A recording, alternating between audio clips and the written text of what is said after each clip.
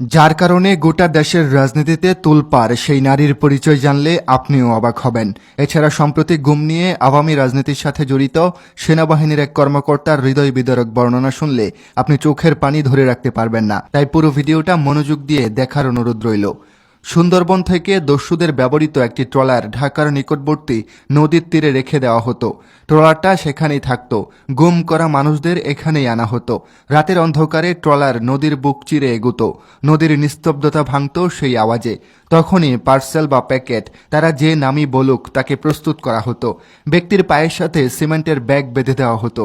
সিমেন্টের ব্যাগ দুটো সহ তাকে ট্রলারটির কিনারে দাঁড় করিয়ে বা বসিয়ে রাখা হতো। অফিসাররা নির্দেশ দিতেন অথবা নিজেরাই কাজ করতেন। নলের সামনে বালিশ দিয়ে মাথায় 1 বা 2 রাউন্ড গুলি। ঠিক এর কয়েক সেকেন্ডের মধ্যেই কেউ ধারালো ছুরি দিয়ে পেটটা কেটে চিরে দিত।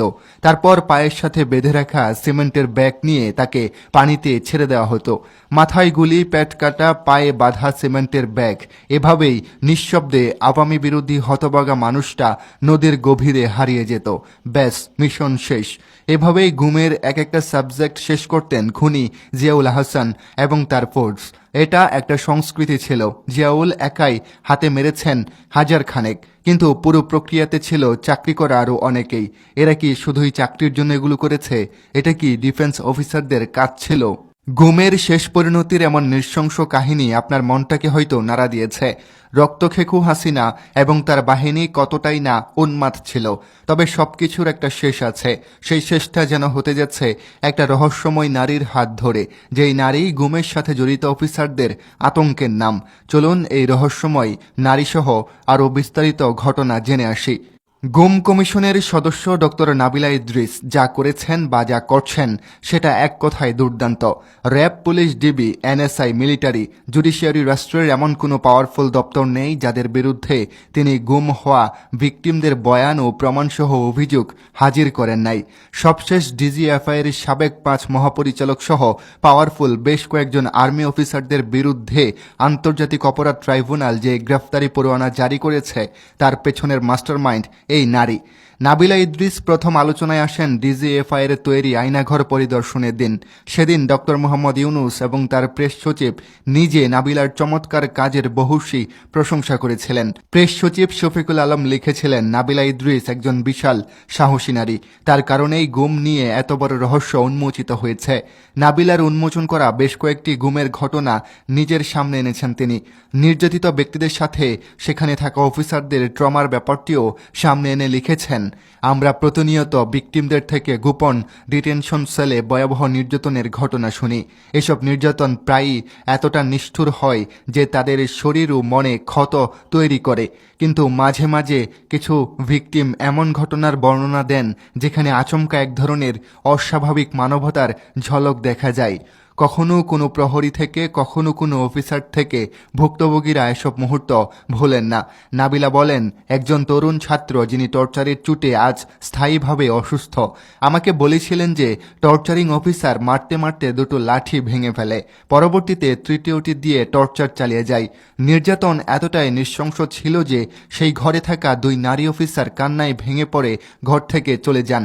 যদিও তিনি অর্ধচেতন ছিলেন, সেই দুজনের কান্নার দৃশ্যটি তবু তার মনে গেঁথে আছে। আরেকজন বন্দী আমাকে বলেছিলেন, এক রাতে তিনি তাহাজ্জুদ পড়ছিলেন।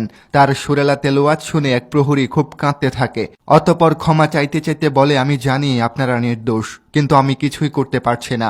পরবর্তীতে যখন বন্দীকে কিছু সময়ের জন্য সেল থেকে সরিয়ে আবার ফেরত আনা হয়, তখন সেই প্রহরী আবেগ আপ্লুত হয়ে বলেন, আপনি বেঁচে আছেন? আমি ভেবেছি আপনাকে মেরে ফেলতে নিয়ে গেছে, তাই আমি বাড়ি ফিরে নামাজে দাঁড়িয়ে আপনার জন্য কান্না করেছি। একজন অফিসারকে বলা হয়েছিল তার দায়িত্বপূর্ণ এলাকার অ্যাক্টিভ রাজনীতিবিদ কর্মীদের তালিকা তৈরি করার জন্য। পরে যখন তিনি জানতে পারলেন সেই তালিকার প্রতিটি মানুষকে শহীদ করা হবে, তখন তিনি প্রচণ্ড মানসিক ও শারীরিকভাবে ভেঙে পড়েন। কিছু গোপন বন্দিশালায় বন্দীদের জন্য বরাদ্দকৃত খাবারের পরিমাণ ছিল প্রহরীদের আনুমানিক অর্ধেক, কিন্তু এসব বন্দিশালার কিছু ভিকটিম আমাদের বলে নিষ্ঠুর প্রহরী বহু ছিল, কিন্তু ভালো প্রহরী ডিউটিতে থাকলে আমরা একটু বেশি খাবার পেতাম।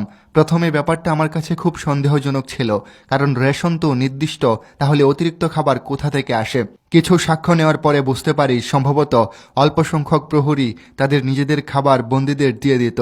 হয়তো এসব ক্ষুদ্র ক্ষুদ্র কাজের মাধ্যমে কিছু মানুষ অপরাধ বোধ থেকে মুক্তি পেতে চেয়েছে, এরকম নীরব প্রায়শ্চিত্ত করেছে।